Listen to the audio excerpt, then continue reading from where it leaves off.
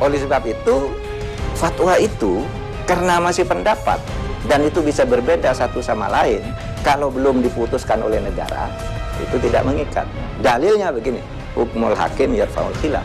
Ketetapan hakim dan pemerintah itu menyelesaikan perbedaan antar pemberi fatwa. Ambil satu kalau sudah ada vonis. Gitu. Akan beda ketika saat membawa bendera bertulisan sesuatu dengan gembira, dengan senang, tetapi ada yang sambil memaki-maki, itu kan beda pasti, mensreanya beda gitu.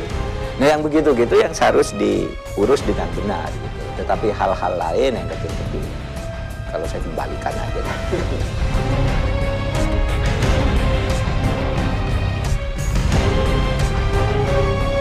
Dengan pesimis terus, Mas Indiarto, mari kita yang bagus-bagus nih kita rawat, kita kembangkan gitu. Pokoknya harus dibentuk satu gerakan nasional untuk mensosialisasikan lagi Pancasila dan Undang-Undang Dasar di tengah-tengah masyarakat.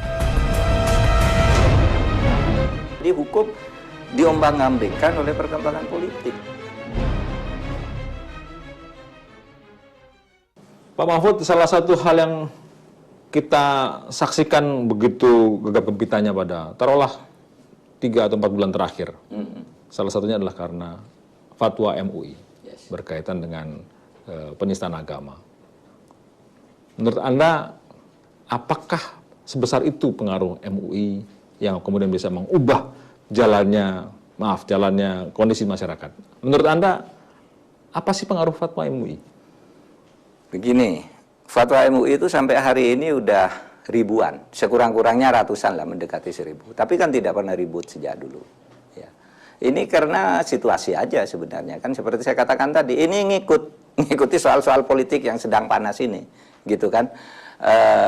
Jadi sebenarnya fatwa itu biasa saja, dan fatwa itu sifatnya tidak mengikat. Tidak harus diikuti. Tidak bisa. Memang ulama yang memutuskan. Iya, berdasarkan penelitian, diskusi yang sangat dalam. Fatwa itu adalah legal opinion, pendapat. Oleh sebab itu setiap ulama bisa berbeda-beda. Maka di Islam Anda kenal ada fatwanya Imam Hanafi, fatwanya Imam Hambali, Syafi'i, itu beda-beda dalam kasus yang sama. Di Indonesia saja sekarang fatwa Muhammadiyah, NU dan MUI itu berbeda-beda. Dalam urusan bunga bank beda, dalam urusan presiden perempuan beda gitu, dalam urusan hari Natal beda. Kenapa? Karena fatwa itu hanya pendapat hukum, tidak mengikat. Sama dengan fatwa Mahkamah Agung. Jangan dikira wah ini Mahkamah Agung yang berfatwa, tidak harus diikuti. Tetapi diikuti boleh. Saya tidak bisa mengerti nih, karena pandangan saya namanya MUI lembaga besar, ulama banyak. MA lembaga besar, hakim-hakim agung isinya. Iya, memang tidak boleh. Kalau Mahkamah Agung itu yang boleh diikuti vonis, bukan fatwa. Kalau fatwa itu kan permintaan, ini ada begini, gimana baiknya? Begini. Tapi kalau nanti ada perkara lalu divonis beda, vonis yang berlaku, bukan fatwa. Gitu. Nah, kalau di dalam Islam sendiri, fatwa itu juga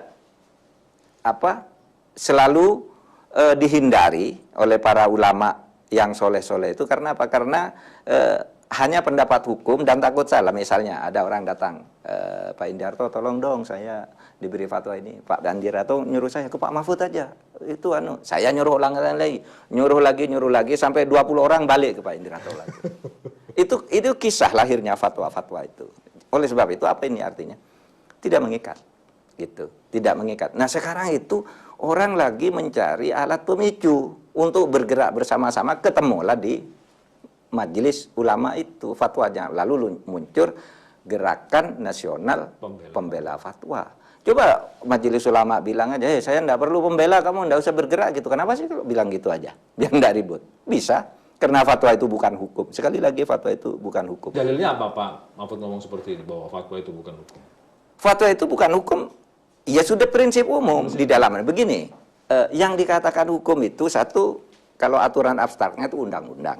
Kalau dalam Islam namanya al-qanun, ditetapkan oleh negara, Negara itu dalam menetapkan aturan, itu legislatif, kemudian menetapkan vonis, itu yudikatif. Nah, oleh sebab itu, fatwa itu karena masih pendapat, dan itu bisa berbeda satu sama lain, kalau belum diputuskan oleh negara, itu tidak mengikat.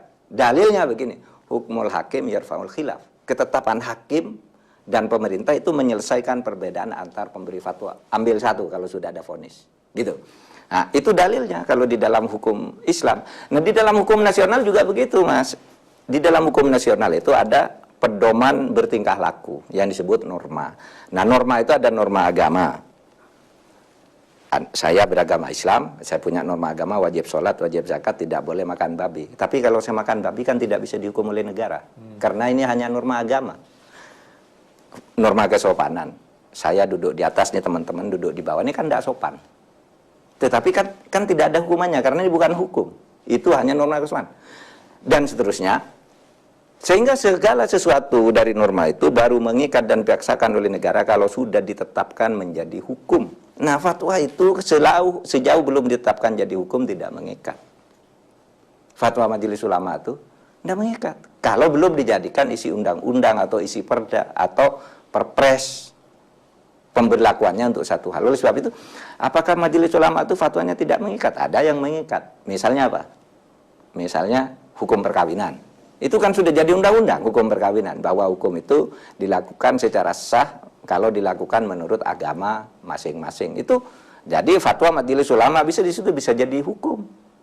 Majelis Ulama belum jadi undang-undang. Nggak bisa. Seperti yang paling gampang, Anda orang Islam tidak mau naik haji, nggak apa-apa, karena haji itu kewajiban agama. Dan belum ada yang mewajibkan undang-undang itu haji wajib. Tapi ada undang-undang haji. Bukan untuk mewajibkan orang naik haji. Untuk apa? Untuk melindungi orang yang mau naik haji. Kalau yang tidak mau naik, tidak apa-apa. Tapi dosa, kan gitu. Hukum tidak bisa memaksa. Jika MUI, namanya Majelis Ulama, artinya mereka yang sudah memiliki tingkat kerohanian sangat tinggi, pengetahuan tentang agama sangat tinggi, yang sudah berpendapat, bukankah memang seharusnya didengarkan oleh umat? Ya didengarkan dan perlu diikuti. Tetapi seumpama tidak mengikuti itu tidak wajib. Karena misalnya fatwa MUI yang terakhir itu tentang Natal, itu fatwanya MUI. Tapi fatwa lembaga lain kan tidak begitu. NU misalnya tidak mengatakan itu haram, dihindari aja misalnya. Itu kan beda-beda. Dan itu tidak ada yang mengikat. Itulah sebabnya saya katakan fatwa itu saya suka terhadap fatwa, senang, itu penting dan bagus. Tetapi kalau mau ditegakkan oleh aparat penegak hukum itu tidak boleh sebelum dia jadi undang-undang. Ada yang mengatakan, loh Pak, agama itu kan sumber hukum. Iya, agama itu sumber hukum, tapi sumber hukum agama itu bukan hanya Islam. Kristen juga sumber hukum nasional. Hindu yang berhukum nasional, lalu dieklektik namanya, dieklektisasikan, diolah sumber-sumber itu, lalu keluarlah hukum nasionalnya. Itulah yang mengikat. Yang ini, yang sebagai sumber-sumber material ini belum mengikat sebelum dijadikan undang-undang. Itu juga dulu yang ribut. Wah, Islam itu kan sumber hukum. Iya dong, tapi kan bukan hanya Islam yang sumber hukum, tuh adat juga sumber hukum. Di mana seharusnya umat, publik ketika ada sebuah fatwa yang kalau kemudian kita melihat dengan lebih jernih, ini bisa menimbulkan perbedaan yang sangat fundamental di masyarakat. Contohnya kemarin fatwa MUI itu. Diikuti secara pribadi aja, secara personal. Oleh sebab itu dikatakan di dalam hukum itu ada sanksi atau hukuman itu yang sifatnya heteronom, ada yang otonom. Kalau heteronom itu artinya sanksi itu dipaksakan oleh negara. Misalnya Anda ditangkap, dipenjarakan karena melanggar yang sudah diundangkan. Tapi kalau sanksi otonom itu sanksi yang datang dari hati. Anda kok makan babi padahal Islam. Nah itu Anda merasa berdosa, itu sanksi otonom namanya. Malu didengar orang. Anda kok tidak puasa gitu siang-siang. Siapa yang menghukum orang tidak puasa? Itu bukan undang-undang. Tetapi kan malu, aduh aku dilihat temen nih makan gitu kan. Itu namanya sanksi otonom. Itu di dalam hukum sudah dipelajari semua yang begitu-begitu. Tetapi sekarang orang ini sering mencampur adukkan antara hukum dan yang bukan hukum. Banyak juga ketika saya berpendapat begini, lupa Mahfud itu orang Islam apa kok bilang hukum Islam tidak berlaku? Memang tidak berlaku di sini hukum Islam. Yang berlaku hukum nasional. Hukum Islamnya berlaku bagi kita pribadi aja. Gitu. Ditaati secara personal. Jangan dipaksakan ke publik gitu. Misalnya Anda mau sholat mau tidak, itu kan urusan saya gitu. Saya tidak sholat, tidak ada yang bisa menghukum saya meskipun itu hukum. Jangan pesimis terus, Mas Indiarto. Mari kita yang bagus-bagus nih kita